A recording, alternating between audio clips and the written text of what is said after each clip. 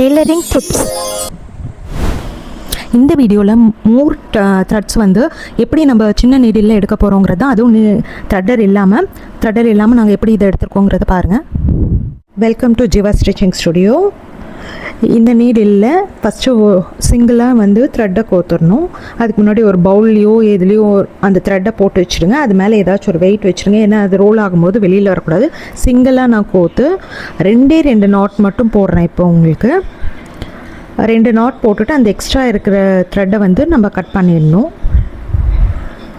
Cut பண்ணிவிட்டு அதுக்கப்புறமா நம்ம வந்து அதை வந்து ஸ்ட்ரைட்டாக இழுக்கணும். எந்த சுருக்கமும் அதில் இருக்கக்கூடாது. நீடிலும் நம்ம கை பார்த்திங்கன்னா வி டைப்பில் நான் வச்சுருக்கேன், பார்த்திங்களா, நாட் போட்டு வச்சுருக்கேன். வேணுங்கிற த்ரெட்டை எடுத்துக்கிட்டு நாட் போட்டு வச்சுருக்கேன், வேணுங்கிற அளவுக்கு எடுத்துக்கணும்.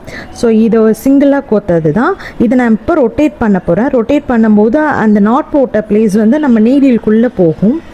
நீடில் ஹோல்குள்ளே போயிட்டு அந்த காது வழியே நம்மளுக்கு வெளியில் வந்துகிட்டே இருக்கும். அப்போ 2 த்ரெட்டு 3 த்ரெட்டு 4 த்ரெட்டுன்னு அந்த மாதிரி சேர்ந்துக்கிட்டே போகும் நம்மளுக்கு. இதே மாதிரி நீங்கள் எத்தனை த்ரெட் வேணால் இதில் எடுக்க முடியும். சின்ன நீடில் இருந்தால் கூட நிறைய எடுக்க முடியும். நான் இப்போ வந்து 8 ஸ்டாண்ட் எடுத்திருக்கேன். இதே மாதிரி உங்களுக்கு எத்தனை ஸ்டாண்ட் வேணுனாலும் நீங்கள் ஈஸியாக எடுத்துக்கலாம். இதே மாதிரி ட்ரிக்ஸ் எல்லாம் வேணும்னா தெரிஞ்சுக்கணுன்னா டெய்லரிங் பற்றி நீங்கள் என்னோட சேனலை ஃபாலோ பண்ணுங்கள். அப்படியே மறக்காமல் லைக்கும் போட்டுருங்க. தேங்க்யூ.